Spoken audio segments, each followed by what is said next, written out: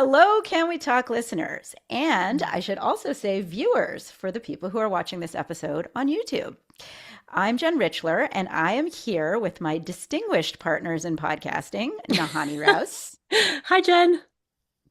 and Judith Rosenbaum. Hello. Nahanni, you laugh at being called distinguished. Is that, Sorry, is yeah. that too much for you? No, Okay. it's nice. I like it. Thank you. I don't get to call you distinguished often enough. We are here today in I think we can say it's a Can We Talk tradition, to wrap up our spring season and take a look back at the last couple of seasons, and talk about moments that stuck with us, themes and ideas that ran through multiple episodes, and maybe a few behind the scenes glimpses. As I was looking back on our last couple of seasons, one of the things I noticed as a recurring theme was nostalgia. Whether that's nostalgia for a particular pop culture phenomenon or for a certain public figure or icon. Um, and I think the very first episode of our fall season definitely fell in this category. So this one was all about Gertrude Berg and her show, The Goldbergs, which was arguably America's first sitcom. And Nahanni, you put this episode together. Can you talk a little bit about what that was like and the process?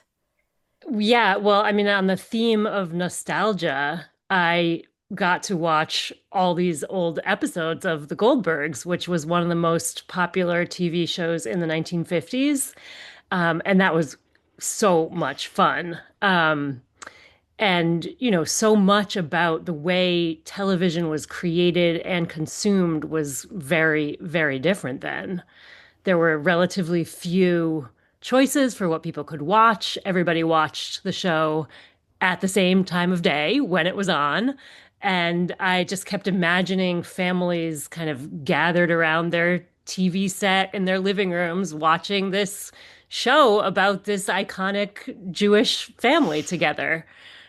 So at the beginning of that show, Gertrude Berg, as Molly Goldberg, would appear for her opening monologue and open the window of her apartment as if she was kind of opening a portal into her viewers' living rooms. And she spoke directly to them. And as I was myself watching these episodes on my computer, on YouTube, alone in my office, it just definitely evoked a feeling of nostalgia for me for a simpler, maybe more connected time.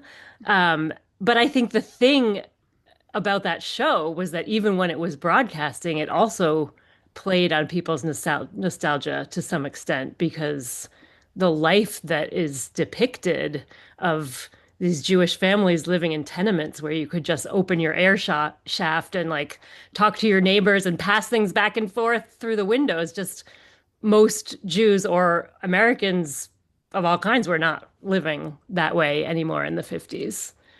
Um, so a lot of nostalgia in that episode.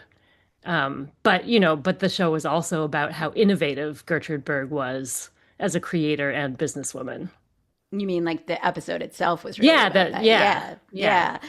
I mean, and part of what made me think about this as an episode that really tapped into people's nostalgia was the huge response we got, particularly on Facebook. So there was a huge number of comments and likes, and the comments were all kind of the same variety of like I can totally remember watching that show. There was a lot of like yoo-hoo, Yeah. which was her standard greeting, and so people were just like really soaking that in and seemed to really enjoy that. I didn't realize because it's not my era like what that show meant for a lot of people. So that was neat to see. But I think beyond just letting people indulge in nostalgia, which is always fun, we also had episodes that complicated that nostalgia. So not just, oh, remember this fun time or this phenomenon or this icon, but um, let's like maybe re-examine the way that we remember this person or event, and think a little bit about how our nostalgia can sometimes flatten people And so that definitely came up. For example, Judith, when you interviewed Mark Oppenheimer about his new biography of Judy Blume, there was that theme of the way that we remember sort of these larger than life people and how that, can sometimes reduce them in some way or Yeah, totally. I mean, Judy Blume is an institution for like decades of, not decades, generations, I guess is what I meant to say, generations of readers already. I mean, even I, who am old at this point, was not in the first generation of Judy Blume's readers because I was born in 1973 and her first books came out before I was born. So I was reading them in the 80s. But my children also feel like she was an institution. And we had covered her before. We did an episode, Nahanni and I, with our daughters in honor of the 50th anniversary of Are You There, God? It's Me, Margaret. We did that 6 years ago, right before the start of COVID. And I mean, I've loved Judy Blume. I can't remember before I knew her work. And she's one of those writers, I almost said before I knew her, because she's one of those writers who you feel like you know, even though she actually is writing fiction and not about, except for starring Sally J. Friedman as herself, not about even about people who are living in the time that she was growing up. So it was super exciting to get to read this 400 plus page biography and to talk to Mark Oppenheimer, who had spent years working on her and was just a font of information about Judy Blume's life. And while I would say there weren't like a ton of surprises in the book, it turns out she's basically as nice as it seems like she would be. It's not like it's the kind of tell-all biography that reveals these great secrets about her. It was interesting to think about one of the things that Mark wrote about and that we talked about it, the ways that the fact that she's had decades of success and fame have in some ways made it harder to understand her work and to understand her in her own time. One of the things we talked about is how her work was really cutting edge in its time because she was focusing on things like puberty and masturbation that really weren't talked about publicly then. And she was like centering the lives of young women. If they were talked about, they certainly weren't talked about from the perspective of young people. But she wasn't really writing about these like radical, challenging things. She was actually writing about the most ordinary, kind of average coming of age moments, like the regular issues of daily life. But because she's been a major target of book banning for so long, and because she's, because of that, become an activist pushing back against book banning, she's kind of remembered as being more edgy and more radical than she actually was. And I think that's part of what happens when people are actually like more familiar with the icon than the work. They sort of overlay their vision of who the person is back into the work and remember that almost more than the work itself. Yeah, that's actually very similar to the point that Dahlia Lithwick was making about Supreme Court Justice Ruth Bader Ginsburg and how she's remembered. We did an episode where we took another look at RBG's legacy, which was the occasion for that was a new tour of a one-woman show about RBG starring Michelle Azar that's called All Things Equal. But it had also been several years since her death and years that had been filled with political upheaval. So we decided to do an episode kind of examining her legacy. And Dahlia said very similar things about, building somebody into an icon and how in RBG's case, it sort of misses the complex legacy of jurisprudence that she left behind. And maybe we can just hear a clip of Dahlia saying it herself. There's two stories about RBG. There's only two that we allow. One is I have the throw pillow, I have the earrings, I have the mug, right? Like, I bought the book, I bought the other book. My daughter dressed up as her as Halloween. The complete unreconstructed hagiography that, was well-meaning. We needed heroines, but it was like this thick, right? It wasn't from a place of deep reckoning with what she had tried to do in her decades, as a lawyer and as a judge. It was just we need heroes, and here's Wonder Woman, and here's RBG, and here's Michelle Obama. And I think that's one story we told. And then the flip of that story is, and then she failed to retire when she should have, and curses be upon her, she destroyed democracy single-handedly, which is equally cartoonish and silly, right? I mean, both of those are like incredibly childlike ways of looking at a fully realized, complicated jurist. Continuing on the theme of nostalgia, we did an episode about how Jewish women have shaped Saturday Night Live because it was the 50th anniversary of the show. And so there was a lot of nostalgia and looking back at the show's history and, the way it evolved over the decades.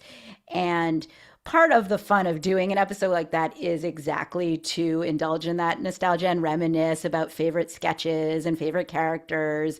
And so that was part of the fun for me, was watching a lot of old SNL sketches and then interviewing the people for this episode, one of whom was Jennifer Kaplan, who's a pop culture scholar, and we gushed over our mutual love of the Jacob the Bar Mitzvah boy sketches and how great they were. And it was especially fun to get to do that a little bit with Lorraine Newman, who is one of the original SNL cast members and herself a Jewish woman, and hearing what are some of her favorite sketches and characters that she herself created. So that was a fun moment for me, especially. But again, we would not be the Jewish Women's Archive podcast if we didn't complicate the nostalgia a little bit. So one of the things Jennifer Kaplan talked about is the way, if we take a little bit more of a critical eye at the way Jewish women were depicted on the show over the years. And when you do that, you can see that maybe some of the iconic sketches have aged a little better than others. So we spent a little time on that and dissecting some of those sketches.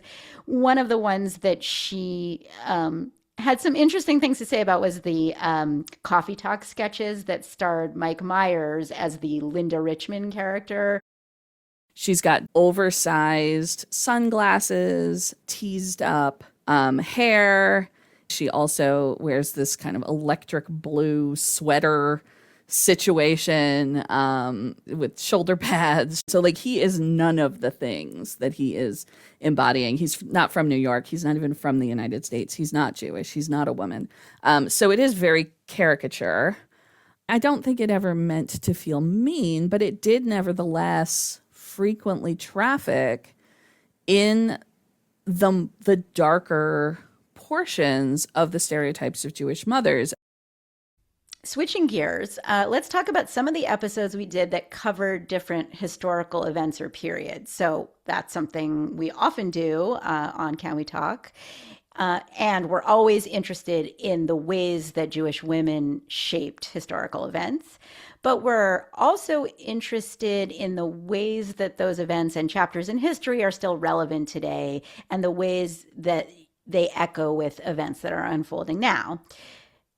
So that's something I think that came up in a number of episodes in the last couple of seasons. Yeah, there were really interesting historical parallels in the episode we did about Elaine Buchman Yonida, the only Jewish woman on record to be imprisoned in a Japanese internment camp. She spent 10 months in a camp called Manzanar in California, along with her Japanese-American husband, Carl, and their 3-year-old son, Tommy. And Jen, you interviewed Tracy Slater, who told the story of that family and Elaine's experience in a book called Together in Manzanar. And she makes the point that the anti-immigration policies that led to Japanese internment, we're seeing those emerging in the U.S. today in some really dramatic and frightening ways. When the discussion about the West Coast Japanese American community began in late 1941, it was a discussion of what to do about immigrants. And it very quickly morphed into a discussion of what to do about a whole category of people living in the United States. And citizenship quickly became irrelevant. And that is a real warning that I think we need to heed today. In November, just a few weeks before this past winter's protests against the Iranian regime, we interviewed Gita Sazan, who wrote a memoir about growing up in Iran in the 1970s and participating in the Iranian Revolution. Gita had gotten swept up in that revolution because she believed it would create a more equal society with less repression than under the Shah. And she quickly realized that the new Islamic regime was far more brutal than the Shah had been and ultimately fled the country. Obviously, at that point, when we did the interview, we didn't know that the protests were coming or that the war was going to happen, but it was a fascinating look into Gita's childhood and into how complicated the history of Iran is and was, and the danger of the power of that kind of popular uprising being harnessed by a brutal repressive regime. And then after the war with Iran, right in the sort of a pocket of real uncertainty when there was a ceasefire. I think it was the first sort of 2 week period of ceasefire was just ending. We talked to the journalist and writer Roya Hakakian, who grew up in Iran during the same period as Gita, and but she had a far more skeptical view of the revolution from the beginning.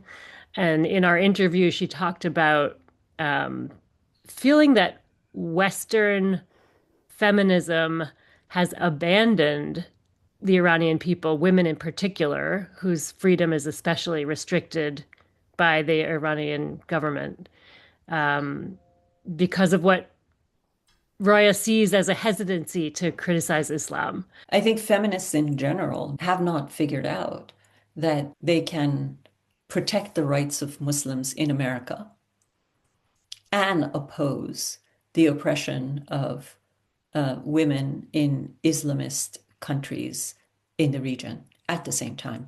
You can defend your Muslims if you think their rights are being violated in your own countries. And you can also acknowledge that there is a problem, there is an affliction called Islamism and Islamic fundamentalism.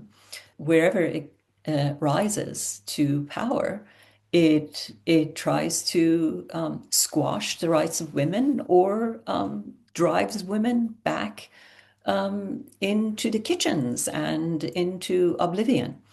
And so those two things are true simultaneously, and they have to vociferously try to speak out on behalf of both of these victim groups, so to speak. This interview was back in April, and at that time, she was really hoping that the Trump administration wouldn't just walk away and leave the regime in power and leave the Iranian people worse off than they were before the war. And it certainly looks like that is exactly what's happening now. Staying in that region of the world, we also continue to bring our audience nuanced stories about Israel in the aftermath of October 7th. We marked 2 years since the Hamas attack with an episode featuring interviews with relatives of Vivian Silver and Chaim Katzman, two peace activists who were murdered on that day, about how their families are trying to honor their memories and legacies. And we also did an episode about the lasting psychological effects of October 7th on Israeli society. Nahanni, you interviewed Meirav Roth, a trauma therapist. What stuck with you from that conversation? Well, Meirav works with survivors of the October 7th Hamas attacks and with former hostages of Hamas. And one thing that stuck with me that she shared that she herself learned about what helped hostages get through that period of captivity was this idea that they would hold on to something that seemed like an abstract concept, like love and ethics. The belief that, I'm not supposed to be treated this way actually helped people survive psychologically, which was just a concept that it had not really occurred to me before. She also made the very surprising statement that intergenerational trauma helped some people because they had proof from their ancestors that survival is possible. And I had never heard intergenerational trauma described as a strength before. Usually it's described as a liability, something that just increases people's trauma. She also said she thinks part of Israeli trauma is the knowledge that Palestinians in Gaza are suffering so much. And whether or not this is really part of Israeli people's post-October 7th trauma, it's definitely not a side of the story that we talk about as much. Yeah, that's one of the things that I feel really glad that our podcast is able to do, to kind of lift up different voices that aren't, and stories and perspectives that aren't necessarily heard. And so much media around Israel tends to focus on the same voices and perspectives and events. And we are trying to share different kinds of stories that people might not encounter, whether that's stories that are more hopeful about people working towards shared society, or stories of daily life that reflect humanity in a different way than headlines can. So our most recent episode is an interview with Sari Bashi, who is a Jewish Israeli human rights lawyer. And we talked to her, Nahanni talked to her about her memoir, Upside Down Love, which is about her courtship with the Palestinian man who is now her husband. And it's a really unusual inside view of how the occupation plays out in daily life and relationships. And their conversation is, both about the systems that seem intractable, and also it's a story about the power of love to transcend boundaries, which sounds super cheesy, but I promise you that it is not at all. Yeah, and I think that one of the things that we can do in the podcast is give Jewish women from a wide range of backgrounds and perspectives the opportunity to tell their stories. And they're not always easy to hear, and some are controversial, but hopefully they bring some nuance and complexity and humanity to the headlines that we encounter in most media. Nahanni and Judith, is there anything else that really stood out to you or stayed with you about the last couple of seasons? Well, one of them, Jen, is the episode that you produced on third generation descendants of Holocaust survivors, which, and you are part of that generation yourself.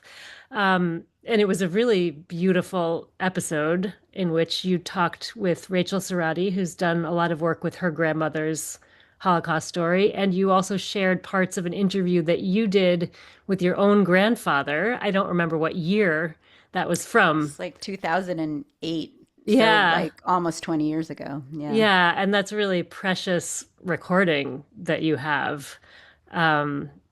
And I know that sometimes doing the more personal episodes can sometimes be even more challenging than other ones. And I thought that it was really great that you dove into that topic. And one of the beautiful messages that I took away from that was when Rachel said that family history is like breadcrumbs, that you leave for the next generation. And as storytellers, the best that we can do is to kind of leave these stories scattered on the path of life, and our kids or our grandchildren will find them when they need them.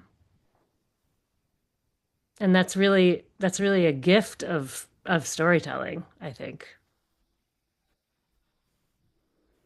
This is not quite as grand as that, but even just thinking about the depth of our own catalog on Can We Talk, now that we've been around for 10 years. This year, we have had the opportunity to go back to some stories. We have so much content to draw on. So this fall, when NPR pioneer and legend Susan Stamberg died, we went back to an interview that we had done with her in 2018, and we released part of that. And we also, in honor of our 10th anniversary, re-released the pilot episode, which was really fun to revisit and to think of how far we've come and how many stories we've told since then.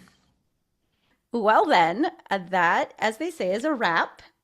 We will be taking the summer to start preparing for the fall season. We might take a minute to catch our breath too, if that's okay. Permissible. If that's allowed. And we will start getting our stories together for our fall season, which will start in September. And in the meantime, you can catch up on episodes you missed from the last couple of seasons at jwa.org/canwetalk. And we just might pop back into your feed with a couple of surprises over the summer, too. And of course, I will do my duty as the CEO of JWA to say that if you enjoy this podcast, please consider making a donation to support our work so that we can bring you more episodes. And if you've already donated, thank you so much for helping to make this podcast possible. And thanks to all of you for being part of the JWA community. And of course, you can donate on our website, jwa.org/donate. For now, wishing everyone a wonderful summer, and we'll talk to you again soon. Bye. Thank you. Bye.